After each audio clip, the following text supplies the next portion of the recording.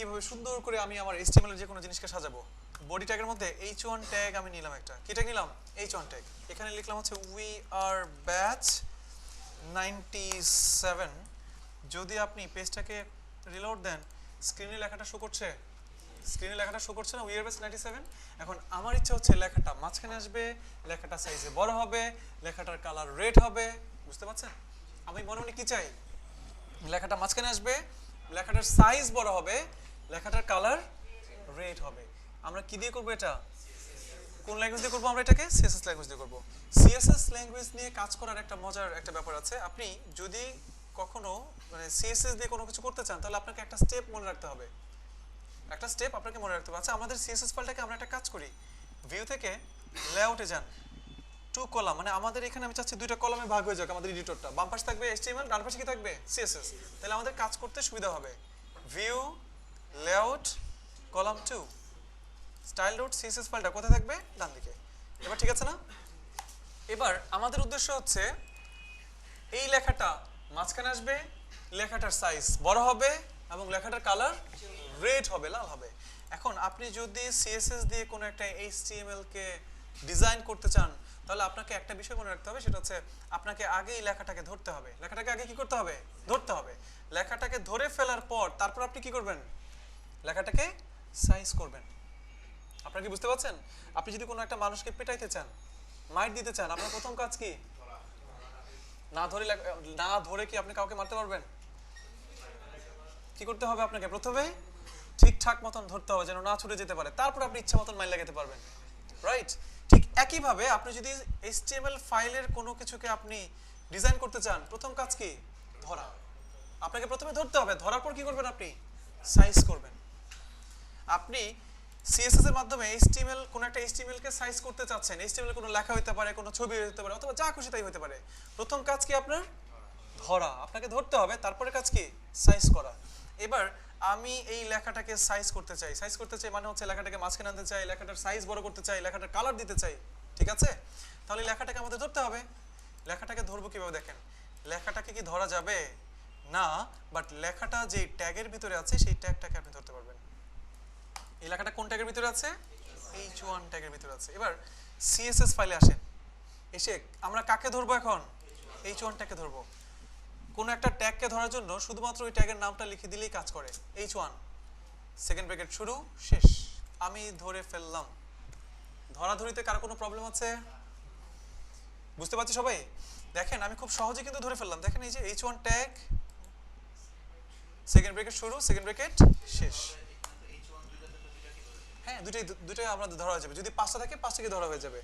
আচ্ছা, এবার h1 ট্যাগকে আমি ধরলাম। h1 ট্যাগকে ধরে এখন আমি তাকে অনেক কথা বলতে চাই। আমি বলতে চাই h1 ট্যাগ শোনো, তোমার ভিতরে একটা লেখা আছে, সেই লেখাটাকে তুমি মাঝখানে আনো, সেই লেখার সাইজটাকে তুমি বড় করে দাও, সেই লেখার সাইজটাকে তুমি জি। আমরা কি সবাই বুঝতে পারছি? এখন h1 ট্যাগটাকে CSS এর মাধ্যমে ধরলাম। ধরার সিস্টেম হচ্ছে ট্যাগের নামটা সরাসরি লিখলেই ধরা হয়ে যাবে। সেকেন্ড ব্র্যাকেট শুরু শেষ। এবার যা যা সাইজ করতে চান তা আপনি এখানে লিখবেন। আমার প্রথম যে কথাটা বলতে চাই সেটা হচ্ছে লেখাটাকে মাঝখানে আনতে চাই।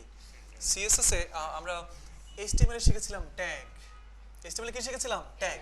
যে যত বেশি ট্যাগ জানেন সেই HTML এর তত বড় ধরনের বস। CSS এ আমরা শিখবো প্রপার্টি। কি শিখবো? প্রপার্টি। কোন একটা লেখাকে ডানে, মাঝখানে, বামে, মাঝখানে, ডানে যদি আপনি সরাতে চান, প্রপার্টি নাম হচ্ছে টেক্সট অ্যালাইন। প্রপার্টি নাম কি? Text align. আমি h1 ট্যাগটাকে ধরলাম, ধরে বলে দিতে চাই টেক্সট অ্যালাইন। কি বলে দিলাম আমি? Text align. প্রপার্টিগুলো মনে রাখবেন, এক এক প্রপার্টি দিয়ে আমরা এক এক ধরনের ঘটনা ঘটাবো CSS এ। আপনারা কি বুঝতে পারছেন? জি।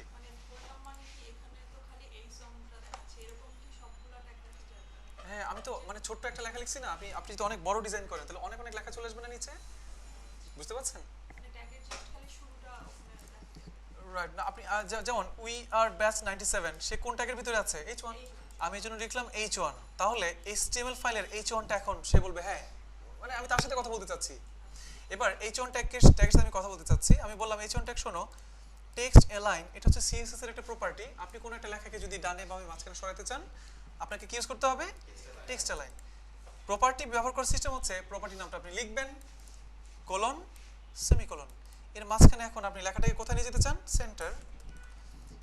h1 ট্যাগ শোনো, টেক্সট লাইন সেন্টার, এটা মানে হচ্ছে তোমার ভিতরে, সেন্টার বানানটা ভুলে যাচ্ছে, H1 ট্যাগ শোনো, তোমার ভিতরে যদি কোনো লেখা থেকে থাকে সেই লেখাটাকে তুমি কোথায় নিয়ে যাও, সেন্টারে নিয়ে যাও। রিলোড দেন, লেখা সেন্টার চলে আসছে। বুঝতে পারছেন, লেখাটাকে আপনি ডানে নিয়ে যেতে যাচ্ছেন।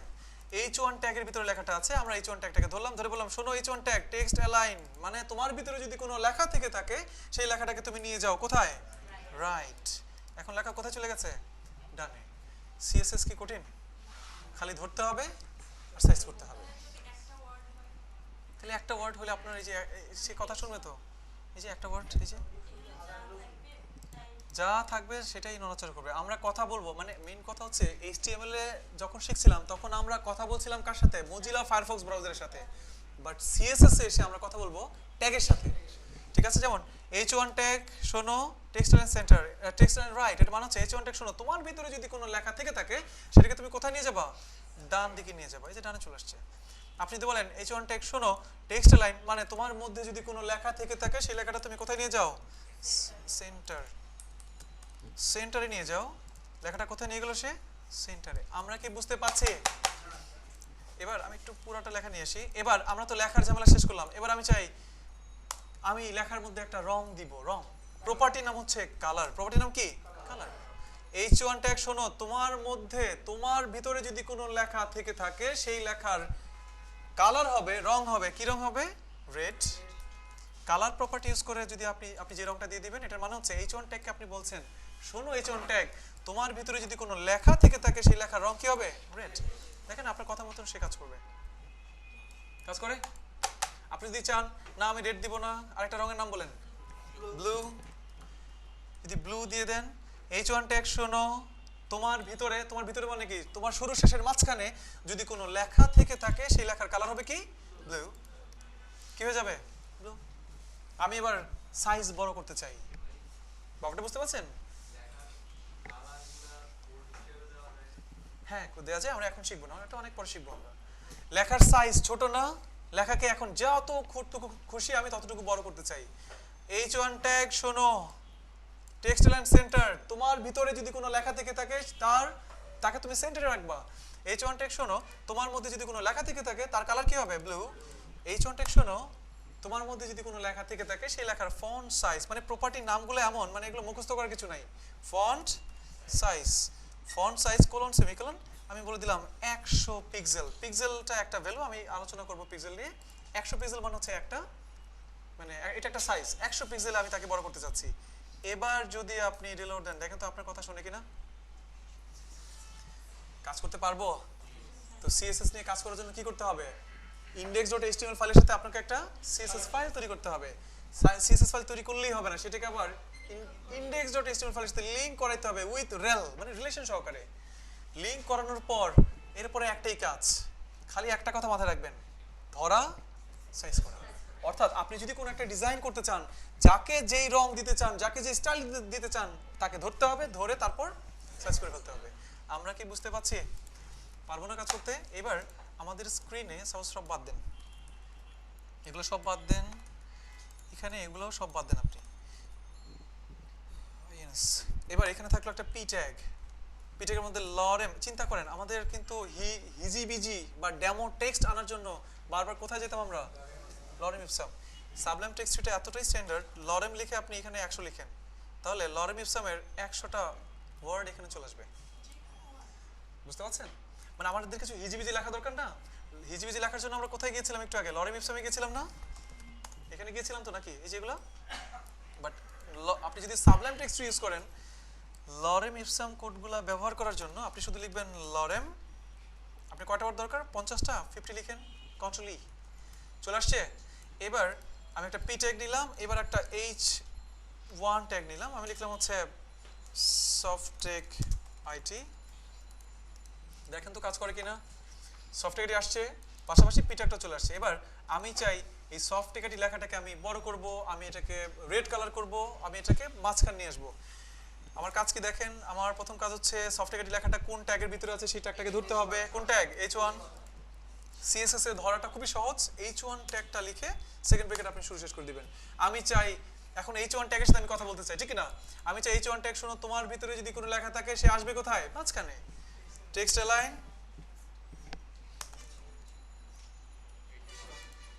আমরা লিখবো হচ্ছে আপনার টেক্সট অ্যালাইন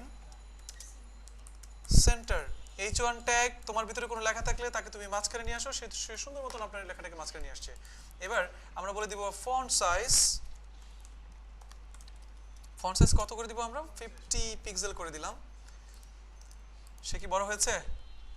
আমরা কি বুঝতে পারছি? আচ্ছা, এবার পি ট্যাগটাকে আমরা বলে দিতে চাই, শোনো পি ট্যাগ, তোমার হচ্ছে তোমার ফন্ট সাইজটা আমি বাড়াবো।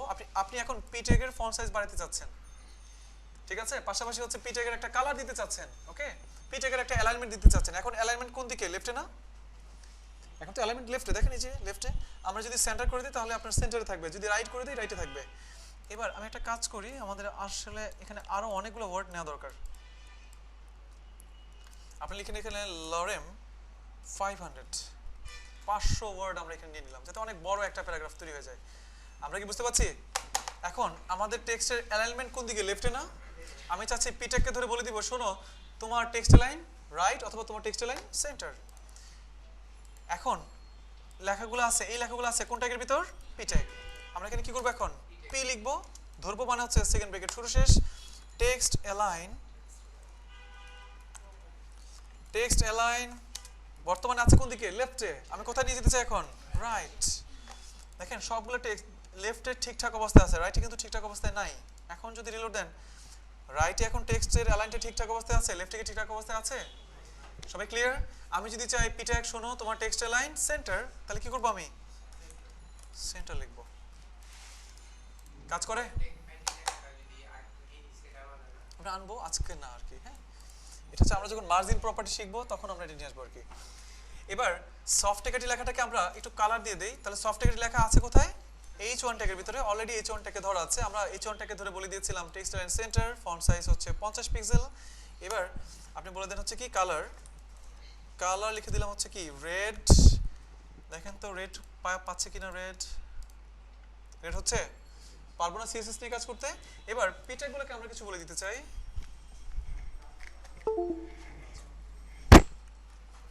এবার পি ট্যাগগুলোকে আমরা একটা কথা বলতে চাই, ফন্টের সাইজগুলো অনেক ছোট ছোট, আমি চাচ্ছি কি হোক একটু বড় হোক। Font size 20 pixel. দেখেন তো সে এখন একটু বড় হচ্ছে কিনা আগের চেয়ে? বড় হচ্ছে।